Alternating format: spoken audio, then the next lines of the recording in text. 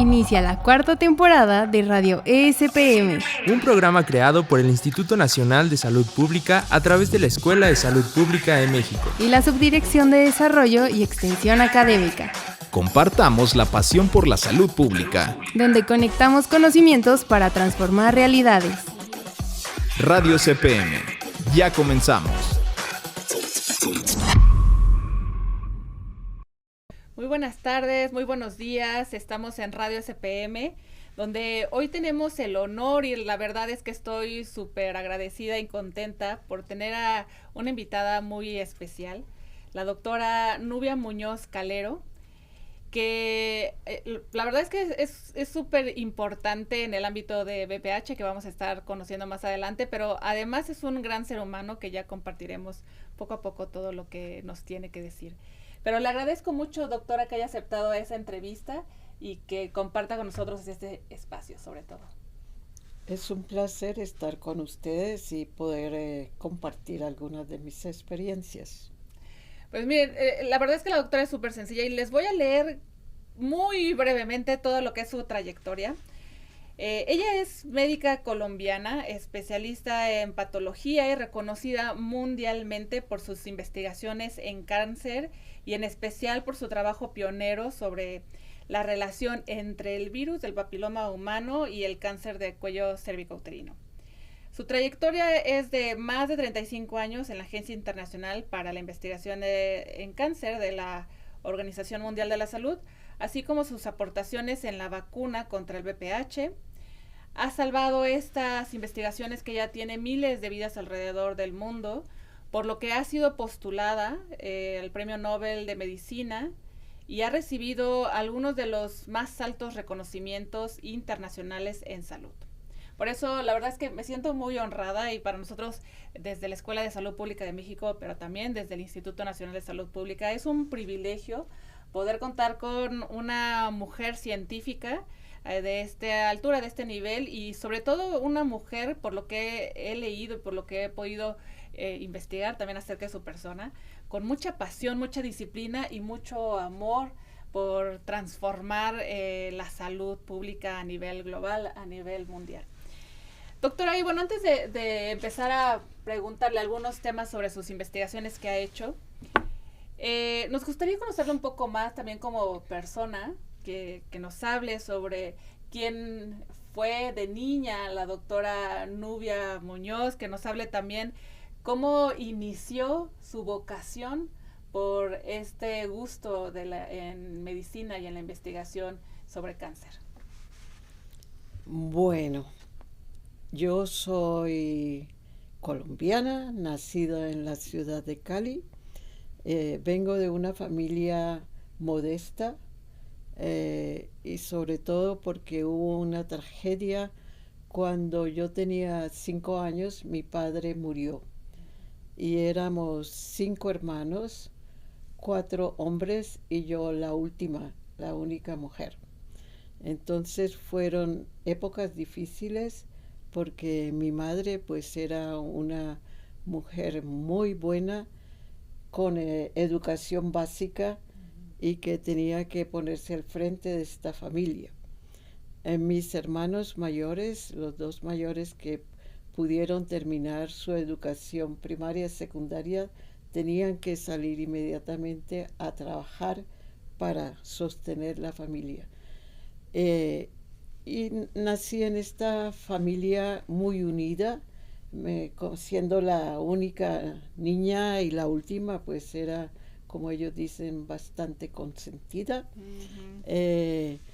Pude yo hacer mi educación primaria, secundaria en institutos públicos de la ciudad de Cali, que son institutos de gran calidad. Ahora es difícil decir lo mismo de las instituciones públicas y por eso mucha gente debe enviar sus niños a institutos privados, escuelas o liceos privados. Entonces yo terminé mis estudios y al terminar me pensaba en hacer algo en biología, más que todo en microbiología, no tenía ninguna idea así muy clara fuera de ser algo biológico. Y al final, de un momento a otro, dije, bueno, ¿y por qué no me presento a la Escuela de Medicina? Una competencia muy fuerte porque no más de un 10% de los que aplican son aprobados en un examen de admisión. Yo lo apliqué y fui aprobada, y así pude hacer mis estudios de medicina en la Universidad del Valle, que también en esa época era una universidad, una facultad de medicina de gran calidad y considerada como una de las facultades de medicina piloto en América Latina. Tenía soporte y colaboración con la Universidad de Tulane en New Orleans, con la Fundación Rockefeller, mucho intercambio de profesores y un nivel académico bastante alto. O sea que desde ese punto yo fui afortunada, y además, siendo una universidad pública, había que pagar de todas maneras una matrícula. Claro. Y esa matrícula dependía del nivel socioeconómico de la familia. Si era alto, pues pagaba la máxima; si era bajo, la mínima. Como mi familia era de recursos básicos, yo me esforcé por sacar el primer puesto en la carrera, excepto el primer año, que saqué el segundo, porque si yo sacaba el primer puesto no pagaba ninguna matrícula; si sacaba el segundo pagaba la mitad. O sea que esto fue un estímulo más para mí para sacar las mejores notas, aunque hacía celosos a mis compañeros, sobre todo el que sacó el primer puesto en el primer año. Seguro. Después de terminar la carrera de medicina, me gustaba mucho la medicina clínica y el ejercicio de hacer un diagnóstico, ¿no? Pero luego me di cuenta yo hacía una relación muy cercana con los pacientes, porque desde el tercer año de medicina de estudiante íbamos al hospital y teníamos pacientes asignados, y yo hacía mucha amistad con los pacientes. Y cuando un paciente se me moría, yo me deprimía bastante. Entonces pensé, tal vez no es lo adecuado para mí hacer medicina clínica. O sea que empecé a interesarme por la investigación. Y el primer departamento que era pionero en investigación en ese momento era el departamento de patología. El jefe era el doctor Pelayo Correa, que inició el primer estudio sobre el establecimiento de un registro de cáncer en Cali, que en este momento es el mejor registro de cáncer en América Latina y el más antiguo. Y yo tuve la oportunidad de participar en la fundación como estudiante de medicina, recolectando, por ejemplo, información en las historias clínicas de los hospitales. Entonces así empezó mi carrera el inicio en la investigación con este gran mentor que era Pelayo Correa. Hice mi entrenamiento de patología con él, pero también me di cuenta de que no me quería quedar como patóloga, porque me parecía hasta cierto punto rutinario estar haciendo diagnósticos que no cambiaban mucho, y no me gustaba el ejercicio de hacer autopsias tampoco mucho. Entonces dije, mejor me voy por la investigación. Y sobre todo porque yo le dije a Pelayo, mira, yo quiero trabajar en algo que tenga un impacto importante en la salud de las mujeres y de los hombres que son afectados por cánceres en países en vías de desarrollo. Pelayo me decía, bueno, entonces lo mejor es que te vayas a la política. Le dije, no, no me interesa la política. Entonces él me dice, bueno, entonces la salud pública. Y así hice yo una aplicación para una beca para ir a hacer mi entrenamiento en Estados Unidos, en la Universidad de Johns Hopkins, y gané esta beca de la Agencia Internacional para Investigación en Cáncer. Es una agencia de la Organización Mundial de la Salud que está basada en Lyon, Francia. Y con esa beca entonces estuve 2 años en Estados Unidos, Baltimore y en el Instituto de Cáncer de Estados Unidos. Al terminar mis 2 años debería en principio regresar a Cali, a Colombia, pero le dije al director de la agencia que tuve la oportunidad de conocer, mira, creo que necesito un año más en epidemiología, hacer un poco de práctica. Y me dice, no, las becas son 2 años, pero si quieres venir un año a la agencia en Lyon, eres bienvenida. Y claro que sí. Fui por 1 año y se convirtieron en más de 30. Wow. Qué bonito. Primero cómo lo narra, porque es súper interesante cómo desde niña también tuvo esa oportunidad de saber hacia dónde quería dirigir sus esfuerzos, su pasión por ayudar a los demás desde la situación que tuvo, y cómo fue concretando pasos, que yo creo que es lo más importante. No basta solamente con querer hacerlo, sino hacerlo, ¿no? Y concretar lo que ya tiene de por sí visto. Y luego cómo pudo también no nada más concretar estos primeros pasos, que era estudiar, sino ir más allá y conectar su pasión personal con la pasión de la investigación científica, y siempre ser congruente en ese sentido, ¿no? Y además se ha mantenido firme en ese punto, que yo creo que es lo más importante, que la ha llevado a tener toda esta investigación y no salirse de la línea, ¿no? Del punto que más le interesa.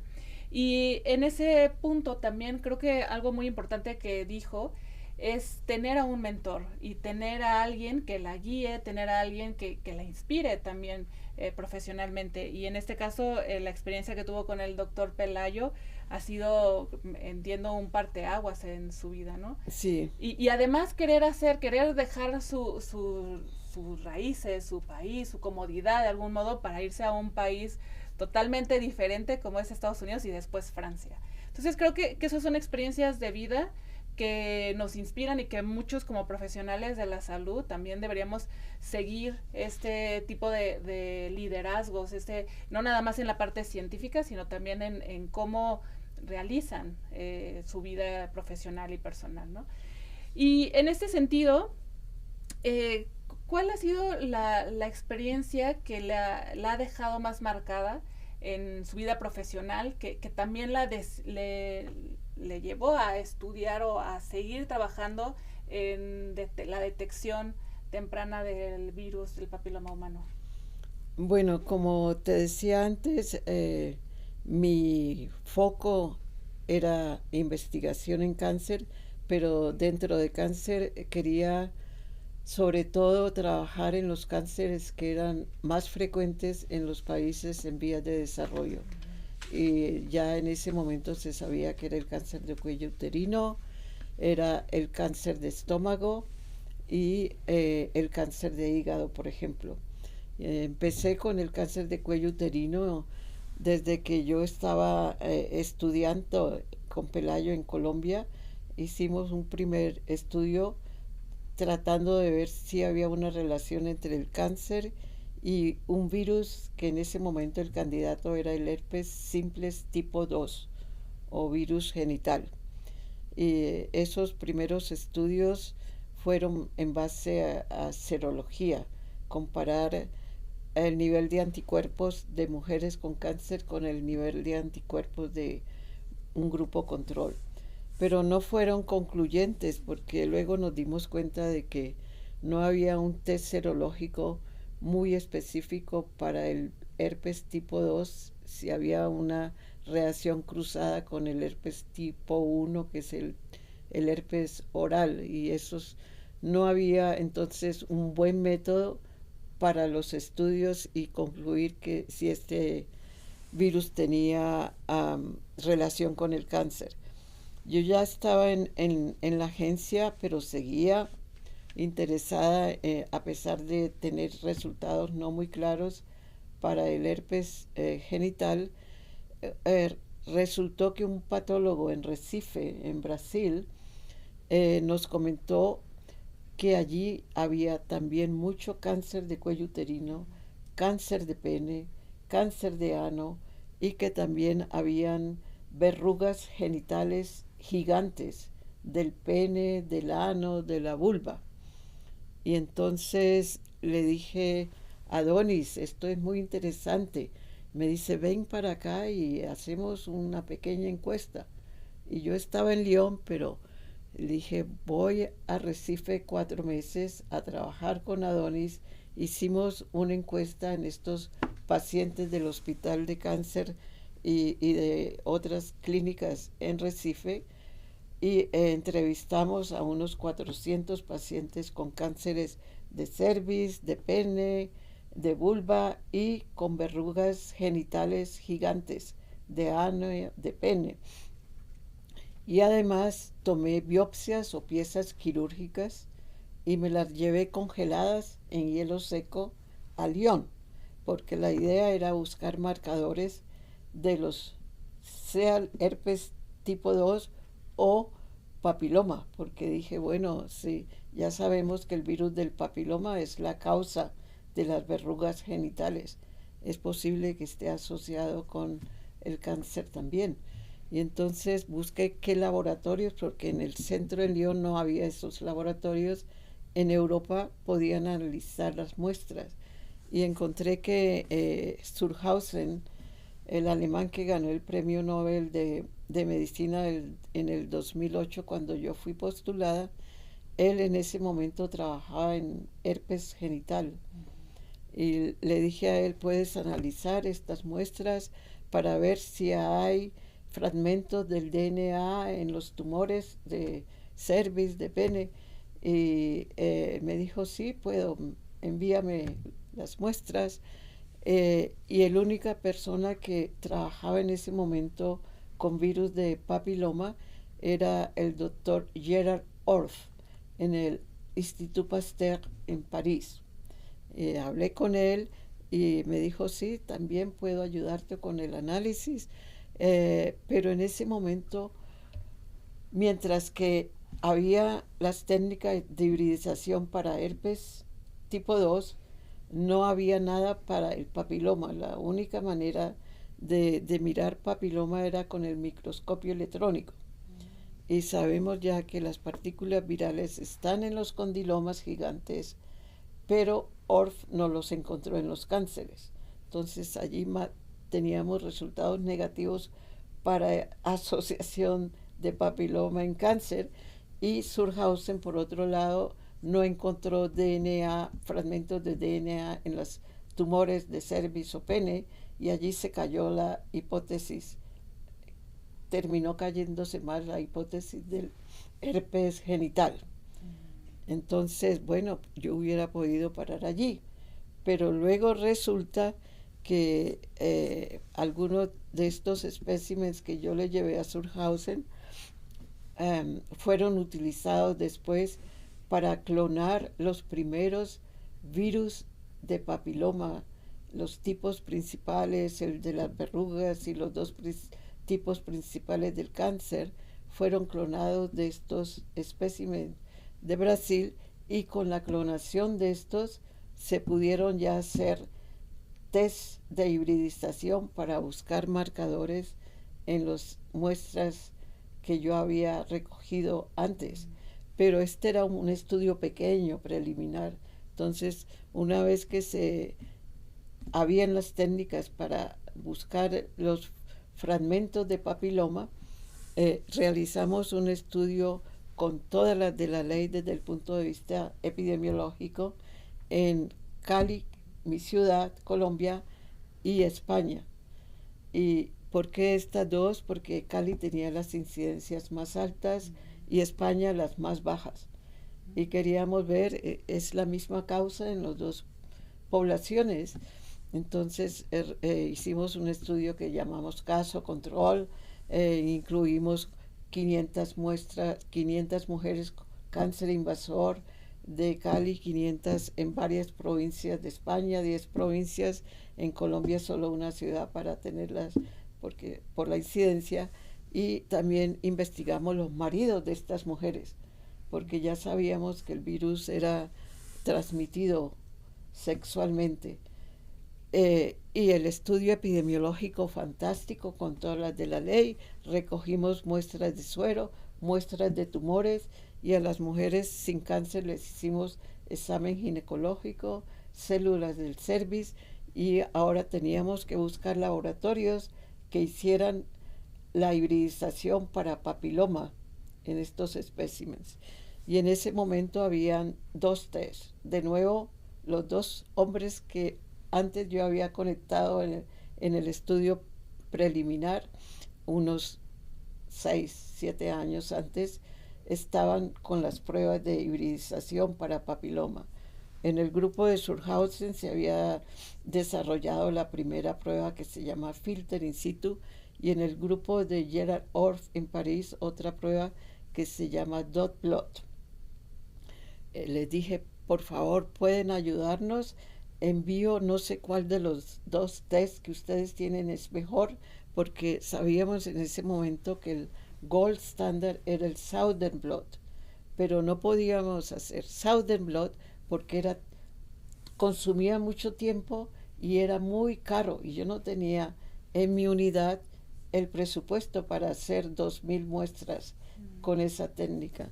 Entonces, como habían estos 2 tests ya más simples, quería ver cuál de estos 2 tests se podía validar contra el gold standard. Entonces envié a Surhausen los primeros 50 casos y controles del estudio de España y Colombia, y al otro 50 casos y los mismos a Orff. Y los resultados fueron totalmente opuestos. Con la técnica de hibridización de Surhausen no había casi ninguna asociación, riesgos relativos de 1.2, 1.3. Y con la técnica de Orff en París, riesgos relativos muy grandes. Entonces hubiera podido decir, bueno, escojo la de Orff, pero yo dije, no, hay que validarla contra el Southern Blot. Pero ninguno de los 2 hombres que se consideraban expertos, primadonas, y no aceptaban discusión. Cada uno decía, no, la mía es el mejor, el otro, la mía es el mejor. No pudimos llegar a hacer el estudio de validación. Y en ese momento encontré yo un colaborador, un amigo de Johns Hopkins que estaba en el laboratorio, y él me dijo, Nubia, es un estudio muy bonito, muy bien hecho, yo te ayudo. No sé cómo voy a hacer, pero conseguimos el dinero. Y efectivamente, él en el laboratorio de Johns Hopkins hizo el testing de todos nuestros espécimes, y de allí salió el primer estudio que confirmó que el virus era la causa del cáncer de cuello uterino, porque antes se habían hecho estudios pequeños, pero la mayoría era de laboratorios, o había hecho ya un estudio de caso control, pero con una técnica que era la misma que yo había visto que no era. Entonces, con esto, con el análisis que hicimos con Kirti Shah en Johns Hopkins, resolvimos esta pregunta y pudimos identificar cuáles de los tantos tipos de papiloma eran los más importantes para el cáncer. Qué interesante, doctora, la verdad, y qué fascinante además escucharla de todo el trabajo que desarrolló a partir del interés de seguir colaborando a la ciencia, ¿no? Y rescato mucho, no nada más la parte científica, que esa me queda claro que usted es pues una persona muy preparada en este campo, sino también todo este bagaje que tiene sobre el trabajo en equipo, el ser persistente, estas alianzas que también toda persona profesionista que quiere pues trabajar en pro de la población tiene que tener, o sea, y no nada más buscar su propio grupo y cerrado, sino buscar alianzas a nivel nacional, a nivel internacional, donde puedan contribuir al mismo estudio y sobre todo al mismo objetivo, que es el bienestar de la población, ¿no? Entonces, creo que esta parte también y que usted pueda tener repito otra vez, el liderazgo en un grupo, como bien dice, de pues personas que tienen ya pues una idea de que ellos son los que manejan y líderes en el tema, que usted pueda también trabajar con ellos y pueda salir adelante con lo que ya usted tiene en mente y como objetivo. Entonces, la verdad es que es un gusto. Y de ahí también me surge una pregunta de cómo usted como científica, mujer, nos aconseja al grupo de profesionales de la salud que estamos en un ámbito muy similar en la salud pública. ¿Cómo nos aconseja o qué usted tendría de recomendación, de consejo para poder salir adelante con las investigaciones que queremos hacer, con el trabajo que queremos hacer y no dejar de persistir? Bueno, yo creo que lo primero es tener una idea clara de qué es lo que quieres hacer, qué pregunta quieres resolver. Por ejemplo, yo creo que con estos estudios que hicimos, no solo en España y Colombia, sino incluimos otros 30 países en todo el mundo, en América Latina, África, Asia, para confirmar los resultados iniciales de España y Colombia. Y todo esto se confirmó y además esto dio la materia prima para que las compañías farmacéuticas produjeran las primeras vacunas, porque esta información la necesitaban para seleccionar los tipos que iban a poner en sus vacunas o los tipos que iban a poner en los test de VPH, que ahora hay más de 200 tests y ya tenemos unas 5 vacunas también profilácticas. Entonces, creo que lo primero es tener una idea clara. Ahora tenemos las dos armas para combatir el cáncer de cuello uterino, tanto para prevenir como para tratar hasta cierto punto, porque con el test es el primer paso para detectar la lesión temprana, precancerosa y tratar. Entonces, ya tenemos esto, pero a pesar de esto, de que la vacuna se desarrolló hace 20 años, de que ya tenemos más de 200 test de hibridización, pero hay que saber cuáles son los que se van a usar, cuáles son los validados, y de esos más de 200 solamente hay 10 validados. O sea, ya conociendo esta información ya podemos aplicar esto, pero no se ha aplicado. Después de 20 años, el objetivo es vacunar todas las niñas, especialmente hasta los 15 años, el primer grupo prioritario. Y en este momento en el mundo, después de 20 años, se ha logrado vacunar solamente el 30% de estas niñas.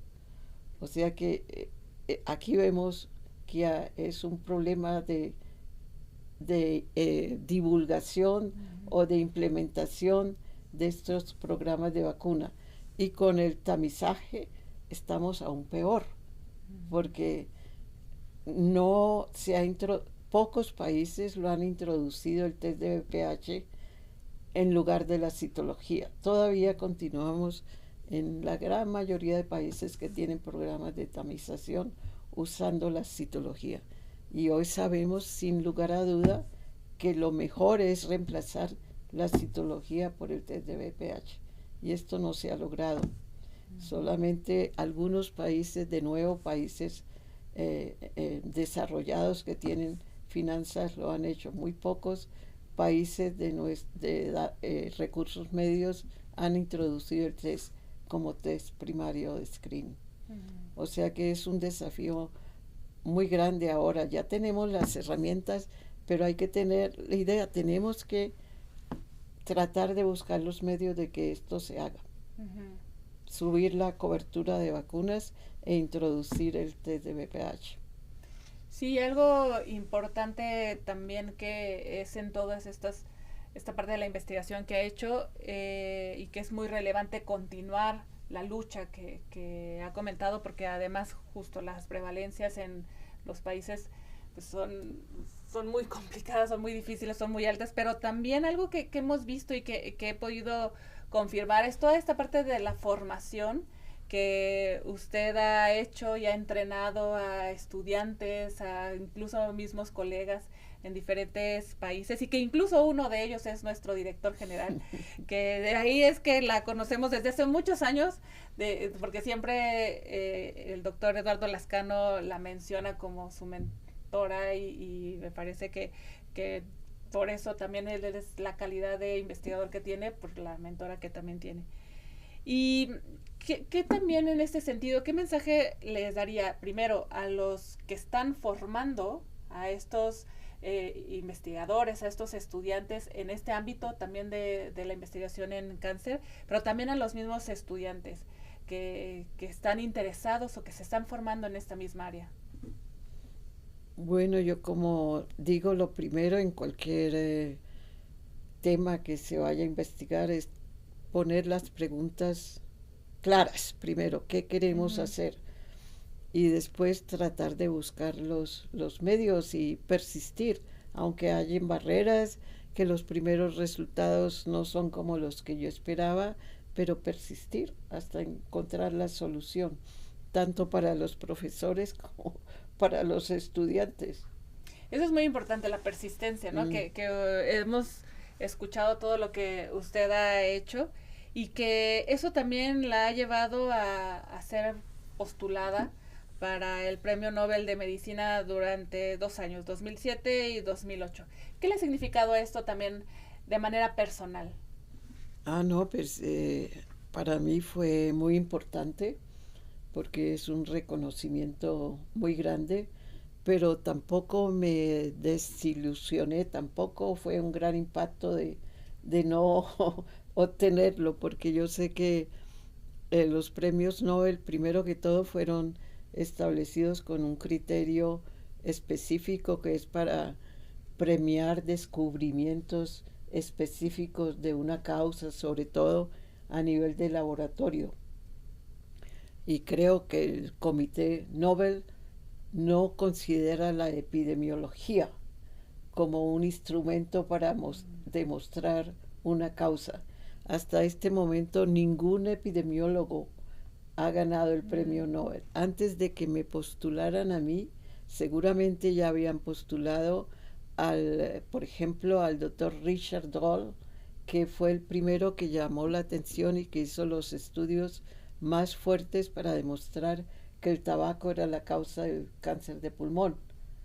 Y a él tampoco lo consideraron. Es un criterio del comité. Y por otro lado, pues aparentemente hay que hacer mucho lobbying. ¿Sí? Sé que si hay un candidato de un país, el país, las autoridades tienen que ir a tratar de impulsar su candidato. Claro. Cuando yo fui postulada por el Comité Internacional de Epidemiología, Colombia no se dio cuenta. Bueno, sí, suele pasar. Aún así, creo que todos reconocemos toda esta trayectoria que usted tiene, y sobre todo lo que me queda claro y confirmo también esa calidad y calidez humana que tiene también. Y ya para ir cerrando la entrevista, doctora, comentaba de lo complicado que es también este tema de la detección de BPH, pero mucho también podemos hacerlo nosotras en este sentido. ¿Cuál sería su recomendación también, ahora no a estudiantes, no a investigadores, sino a la comunidad en general? Con todo lo que usted ha visto y las causas y todas las situaciones que ha compartido, ¿cuál sería su mensaje a la población, a las mujeres, a los hombres incluso? Bueno, el mensaje principal es que hay que educarse, y que porque mucha gente, por ejemplo, le da más atención a las redes sociales, a lo que dicen las redes sociales, y de allí vienen los rumores, la mala información, que realmente han arruinado muchos programas y uno de ellos es el de mi país, Colombia, que inició con un programa de vacunación VPH de los mejores, con coberturas del 90%, y después de 2 años un evento de un estrés psicogénico en una población pequeña, rural, que era una población con muchos problemas, inestable. Unas niñas tuvieron una reacción de estrés masivo y esto se interpretó como que era la vacuna. Los medios de comunicación y muchos de los colegas inflaron la noticia al extremo que el programa se arruinó. Aún esto fue hace 10 años y aún en Colombia la cobertura no se ha logrado aumentar más allá del 40%. Y en esto es básico la educación y no estar pendiente, ir a la educación basada en información científica sólida, tanto para vacunas como para la prevención a través del test de VPH, ¿no? Y ahí yo creo que también muchos de los que trabajamos en la divulgación tenemos mucho que hacer, que es justamente el educar a la población y educarla, como bien lo dijo, basado en evidencia, ¿no? Doctora, pues la verdad para mí ha sido un privilegio, un honor, le repito, el poder estar aquí en esta entrevista, el escuchar su historia, su pasión por la ciencia, por todo el trabajo que lleva décadas haciendo y sobre todo que le gusta este tema, esta parte de compartir a los nuevos científicos, a los que están incursionando en este tema. ¿Algún mensaje final que nos quiera dar, que desde el Instituto Nacional de Salud Pública la estamos recibiendo y acogiendo y escuchando? Bueno, yo estoy muy agradecida a Eduardo Lascano, el director, por haberme invitado y por este reconocimiento que me han dado durante el foro que hemos terminado ayer sobre la prevención de cáncer cervical y el virus de papiloma humano. Ha sido para mí muy emocionante, no solo estar aquí de nuevo en el instituto, sino encontrarme con mis viejos amigos que han trabajado conmigo en los últimos 2-3 décadas. Qué bonito, y esperamos tenerla de nuevo por acá, doctora. Seguro que el doctor Eduardo Lascano la invitará muy pronto y además que es un ejemplo a seguir en muchos sentidos. Pues muchísimas gracias a todos por escucharnos hasta este momento y nos escuchamos pronto. Esto fue Radio ESPM, un programa creado por el Instituto Nacional de Salud Pública a través de la Escuela de Salud Pública de México y la Subdirección de Desarrollo y Extensión Académica. Compartamos la pasión por la salud pública, donde conectamos conocimientos para transformar realidades. Radio CPM.